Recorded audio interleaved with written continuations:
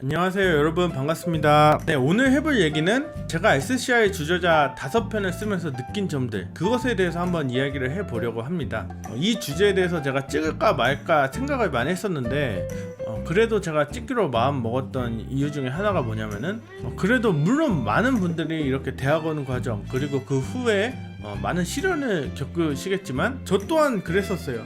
저 또한 이렇게 박사 과정을 하면서 펀딩이 끊겨본 적도 있었고 그래서 등록금을 내고 다닌 적도 있었고 그리고 이렇게 지도교수를 바꾼 적도 있었고 박사 과정을 하면서 연인과 헤어지면서 굉장히 슬펐던 경우도 있었고, 그래가지고 이렇게 지난 생활들을 쭉 돌아보니까 그래도 어떻게 박사를 잘 졸업해서 논문 5편을 썼다, 충분히 자랑스러워해야 되는 게 아닌가, 그래서 조금 용기를 담아서 이 영상을 찍기로 했습니다. 그래서 이 영상이 많은 분들에게 도움이 되었으면 좋겠고, 그리고 저보다 선배 연구자분들, 그리고 이렇게 현재 연구를 하면서 고민을 겪고 계신 많은 분들이 이렇게 댓글도 달아주시고 의견을 많이 공유해 주시면은 이 영상을 보는 많은 분들께 도움이 되리라고 생각이 듭니다.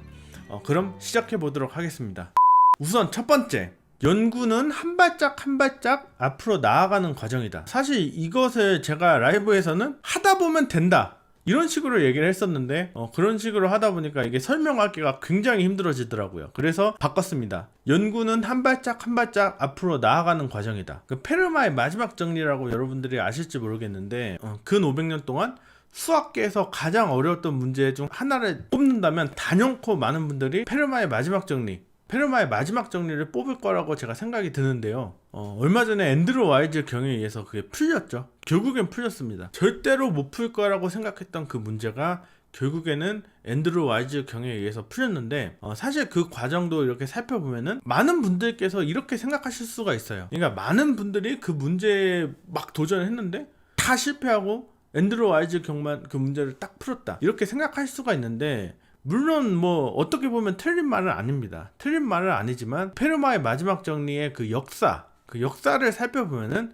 우선은 그 페르마가 그 쪽지를 이렇게 남기면서 어딘가에 그 n은 4일 때에 대해서 이렇게 증명을 해놓은 게 있습니다. 그 증명을 해놓은 걸 보고 오일러 경이 그 증명의 내용을 바탕으로 n은 3일 때에 대해서 증명을 했습니다. 또 소피 제르맹이라는 아주 위대한 분이 n은 5일 때에 대해서 또 증명을 하셨고, 그리고 또 소피 제르맹의 그런 논리를 통해서 100 이하의 정규 소수에 대해서 또 증명이 됐고, 그리고 그 이후에 또 많은 수학자들이 이렇게 달려들어서 다른 n들의 경우에 대해서 이렇게 증명을 했고, 마지막으로 우리 위대한 앤드루 와이즈 경이 현대 수학을 총 접목시켜서 페르마의 마지막 정리를 증명하는 데 성공했습니다. 이 얘기를 들어보면 아시겠지만 이 커다란 문제를 해결해 나가는데 많은 사람들이 한 발짝 나아가면서 이 어려웠던 문제를 결국엔 풀게 된 것을 알 수가 있죠. 여러분들이 그 지도교수나 PI로부터 연구주제, 아주 큰 연구주제를 받아서 거기에 대해서 고민을 하고 고뇌를 하고 힘들어 하신다면은 그 커다란 문제를 조금씩 이렇게 쪼개서 그런 자그마한 문제를 하나하나씩 풀어나가면서 프로그레스를 만들어가는 그런 과정, 그리고 아주 그런 어려운 연구 주제를 여러분들에게 주는 PI나 지도교수님도 여러분이 한 번에 그 어려운 문제를 쫙 풀기를 기대하시지는 않을 겁니다. 그래서 여러분들이 이렇게 한 발짝 이렇게 풀어 나가면서 프로그레스를 만들어 나가시면은 여러분들이 연구 성과를 쌓는데 큰 도움이 될 거다, 그렇게 말씀을 드리고 싶습니다. 그리고 결국에는 그 어려웠던 그 주제에 대해서도 해답에 조금씩 더 가까워질 거다. 여기에 대해서 제 지도 교수님이 2가지 팁을 주셨는데, 일단 첫 번째로는 do more, 더 많이 해라, 더 많이 시도를 해보고 더 많이 접근을 해보면은 그렇게 한 발짝 나아가는데 도움이 될 것이다. 그리고 두 번째는 그런 연구 성과들을 꾸준히 이렇게 다큐멘테이션을 해라. 다큐멘테이션의 중요성에 대해서도 얘기를 했어요. 그렇게 이전에 했던 그런 시도들을 다 이렇게 문서화해서, 그러니까 뭐 연구 노트에 적는 것도 있겠지만 컴퓨터로 뭐 워드라든지 뭐 라텍스 문서라든지 그런 식으로 문서화를 시켜 놓으면은 나중에 너가 그렇게 한 발짝 나가는데 큰 도움이 되겠다, 그런 식으로 저희 지도 교수님이 말씀해 주셨습니다. 그래서 저는 이제는 어려운 문제가 제 앞에 다가오면은 그것을 한 번에 풀라고 하기보다는 작은 문제들로 쪼개서 해결을 해 나가려고 하는 편입니다. 논문을 쓰면서 배웠던 점 두 번째, 최대한 간단하고 심플하게 써라. 영어로는 keep it simple, stupid. 사실 제가 이렇게 한국 분들에게 말하면 영어 발음이 안 좋은데 사실 원래도 안 좋아요. 뭐 어쨌든 keep it simple, stupid.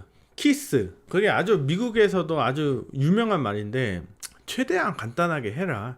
그것을 또 배웠습니다. 여러분들도 뭐 이렇게 프리젠테이션을 하거나 지도 교수님한테 뭐 발표를 하거나 다른 연구자들에게 내 연구가 무언지 설명을 하거나 그랬던 경험들이 많이 있었을 거예요. 그리고 또한 여러분들이 뭐 다른 연구자들이 연구에 대해서 이렇게 발표하는 것도 아마 많이 들으셨을 거라고 생각이 듭니다. 근데 저 같은 경우는 사실 그런 경우가 많아요. 저 같은 경우는 뭐 나름 박사도 받고 그래도 이 연구 주제에 대해서 공부를 열심히 했는데도 못 알아듣는 발표도 사실 상당히 많거든요.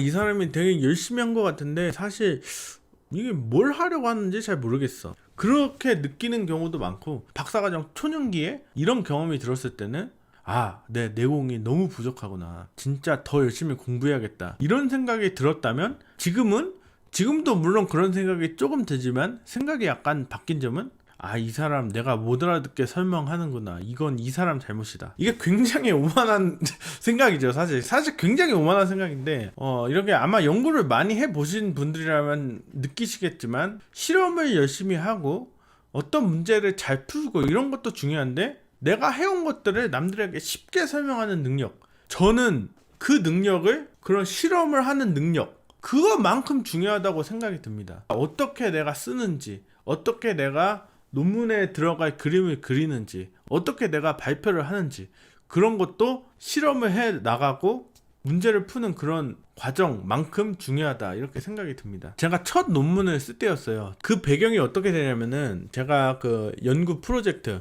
회사 연구 프로젝트에 사용하기 위한 그 수학적 모델이 결국에 개발이 아주 잘 됐어요. 개발이 잘 되고 이렇게 시뮬레이션을 해보니까 굉장히 또 잘 돌아가다 보니까, 그래서 어느 날 지도 교수님이 그래, 너 이제 연구 성과를 이뤘으니까 이제 여기에 대해서 논문을 쓸 준비를 해라, 이렇게 말씀을 해 주셨죠. 말씀을 해 주시고, 그래, 이제 너가 논문을 쓰니까 일단 논문을 쓰는 법을 알려주마. 우선은 너가 논문에 들어갈 그림 8개를 만들어 와라. 8개를 만들어 오고, 첫 번째 그림은 뭐 인트로덕션, 두 번째부터 뭐 결과, 이런 것들, 그런 것들을 그래프로 이렇게 잘 만들어서 오고, 그게 잘 되면은 그 뒤로 요 그림에 너가 살을 붙이는 식으로 하면은 훌륭한 논문이 완성이 될 거다. 그래서 너가 우선 그 피겨를 PPT로 딱 만들어 가지고 나한테 발표를 해라. 이런 식으로 저희 지도 교수님이 말씀을 해 주셨어요. 그래서 제가 이렇게 진짜 막 경험이 없지만은 그래도 어떻게 저렇게 해가지고 그림 8개를 이렇게 만들어 갔어요. 그리고 그 그림을 지도 교수님한테 우선 이메일로 딱 보냈죠. 이메일로 보냈는데 지도 교수님이 1주일, 2주일 동안 답이 없는 거야. 답장이 없어요. 근데 제가 그 답장을 지금 생각해보면은 지도 교수님이 답장을 일부러 안 한 것 같아. 왜냐면 제가 박사 졸업하고 이메일을 보내면 하루 만에 답장이 오거든요. 근데 그 당시에는 답장이 일주일 동안 안 왔어. 그래가지고 제가 이렇게 답장이 안 오니까 어느 날 너무 답답한 마음에 교수님한테 약속도 잡지 않고 그냥 교수님 문을 이렇게 톡톡 두들기면서, 교수님 저 얼굴 좀 한번 봅시다, 저 이렇게 논문 그림도 이렇게 완성했는데 한번 좀 피드백 좀 주셔야 되는 거 아닙니까? 이렇게 제가 교수님한테 얘기를 했어요. 그래서 교수님이 그래 너 이왕 왔으니까 너 그 컴퓨터 노트북 가져와가지고 그 그림 8개 한번 저기 TV에 한번 띄워봐. 교수님이 이렇게 말씀하셨어요. 그래서 이렇게 TV에 논문을 띄웠는데, 교수님이 그걸 보면서 이제 한번 너의 그림을 봐주겠다 하면서 이 컴퓨터 마우스를 여러 번 이렇게 휠 돌리면은 그 PPT 페이지 한 장씩 넘어가잖아요. 그래서 그 교수님이 이렇게 TV 보면서 휠을 그냥 스르륵 이렇게 돌리세요. 페이지 1부터 8까지 스르륵 돌리는 거야, 교수님이. 2초 3초 만에 스르륵 돌리더니 교수님이 저한테 이러셨어요. 진영아, 내가 지금 이렇게 스르륵 돌리면서 너의 피겨 1부터 피겨 8까지 이렇게 보는데 나는 이 휠을 돌릴 2, 3초 동안 하나도 배운 것이 없다. 아주 망치를 세게 얻어맞은 기분이었어요. 이렇게 그림만 이렇게 보고도 연구의 대략적인 내용을 파악할 수 있어야 되는구나. 그만큼 쉽게 그림을 그리고 설명을 해야 되는구나. 이거를 또 반대로 생각을 해보면은 여러분들도 한 박사 한 4, 5년차쯤 됐을 때 논문을 읽을 때는 그동안 이렇게 논문을 많이 읽어온 경험이 있으니까 우선 앱스트랙 읽고 그 다음에 그런 논문의 그런 그림들을 이렇게 쭉 보실 거예요. 그리고 이 논문의 그림들이 마음에 들면은 그 다음에 글을 읽으실 거예요. 그런 식으로 생각을 해보니까 진짜 아주 중요하더라고요. 그 당시에 딱 머리에 망치를 얻어 맞은 듯이 느꼈어요. 그리고 그런 논문의 내용을 쉽게 쓰지 않으면 여러분들의 그런 글이나 그런 그림들을 여러분들이 만약에 저널에 제출을 해가지고 그걸 리뷰를 받는다면은 그 리뷰어들은 여러분들은 그 리뷰어들이 누군지 모르기 때문에 그 리뷰어들은 그 내용들을 가감없이 깝니다. 여러분들의 내용이 그 리뷰어들에게 이해가 안 되면은 나 이해 안 된다, 나 그냥 모르겠다, 그리고 그냥 손 놔버립니다. 그러면은 여러분들의 그런 소중한 연구 결과가 결국에는 출판이 되지 않을지도 모르죠. 저는 사실 박사과정에 들어올 때 여러분들도 그렇게 생각을 하셨겠지만 마빈 박사같이 굉장히 막 어려운, 진짜 알지 못하는, 진짜 나만이 할 수 있는 그런 신비한 일을 하는 게 과학자라고 생각을 했었는데, 사실 과학계에 실제로 발을 들여놓고 제가 느꼈던 점은 새로운 발견을 했는데 남들이 아무것도 이해를 못하면은 그건 좋은 과학자가 아니다. 그것을 실제로 과학계에 발을 들여놓다 보니까 그 점을 느꼈습니다. 그게 제가 논문을 쓰면서 배웠던 두 번째입니다. 세 번째는 마지막 10%가 굉장히 힘들다. 그래서 그 마지막 10% 때 배에 힘을 꽉 주고 마무리를 하는 게 굉장히 중요하다. 여러분들이 예를 들어서 연구를 열심히 해서 좋은 연구 결과가 나왔다, 이렇게 생각을 해보세요. 그러면은 그 좋은 연구 결과들을 가지고 이렇게 제가 아까 말했던 것처럼 이렇게 그림도 이렇게 싹 그리고 그리고 이렇게 여러분들이 매뉴스크립트를 이렇게 작성하는 과정을 거치실 거라고 생각이 듭니다. 그런데 막상 여러분들이 그 매뉴스크립트를 완성하기 직전에 힘든 일들이 굉장히 많이 찾아와요. 예를 들어서 여러분들이 같이 이렇게 일하는 공동 저자가 갑자기 내 연구 결과에 딴지를 걸어. 아니면 뭐 지도 교수가 야, 이거 조금 설명이 좀 이상하다, 너 조금 새로운 연구 결과를 보충해서 이렇게 넣으면 좋겠다, 이런 식으로 할 때도 있고, 그런 경우에 일단 굉장히 짜증이 나요. 그리고 또 어찌저찌 해가지고 그것들을 해결을 하고 여러분들이 논문을 국제 저널에 제출을 해요. 국제 저널에 제출을 하면은 제3자인 리뷰어 분들이 여러분들의 논문을 봤을 때는 또 태클할 거리들이 너무나 많이 보이는 거야. 이거 나 이해 안 된다, 이런 방법을 왜 썼냐, 여기에 대해서 조금 보충 설명해 줄 수가 있겠냐. 그런 것들을 피어 리뷰 과정에서 거치는 리비전이라고 합니다. 그런 과정들이 굉장히 힘들어요. 그게 또 왜 힘드냐면은 이제 곧 도착할 것 같은데, 여러분들이 예를 들어서 마라톤이라고 치면은 이제 1km 정도 남은 것 같은데 왜 이렇게 힘들지? 여러분들이 등산을 한다고 치면은 저기 꼭대기가 저기 있는데 저 꼭대기까지 가기가 너무 힘든 거야. 사실 여러분들이 뭐 등산을 하거나 마라톤을 하거나 하면은 요 꼭대기 아니면 결승 골인 지점까지 가지 않으면 의미가 없는 경우가 많죠. 그래서 그런 리비전 과정이나 그리고 마지막 이렇게 공동 저자들이랑 이렇게 티격태격 하는 과정이 그 마라톤 마지막 1km 이런 기분인 거예요. 만약에 여러분들이 주 저자라면은 그러한 태클들을 다 규합을 해서 여러분들의 논문의 퀄리티를 높이고 그 리뷰어들의 그런 질문들을 대답해 나가는 그런 과정들을 아주 성실하게 마치시는 게 굉장히 중요합니다. 마지막 10% 때 배에 힘 꽉 주고 어떻게 해서든지 완수하겠다, 그런 마음가짐을 가지는 것이 굉장히 중요하다고 생각이 듭니다. 이게 연구를 하고 실험을 하는 거랑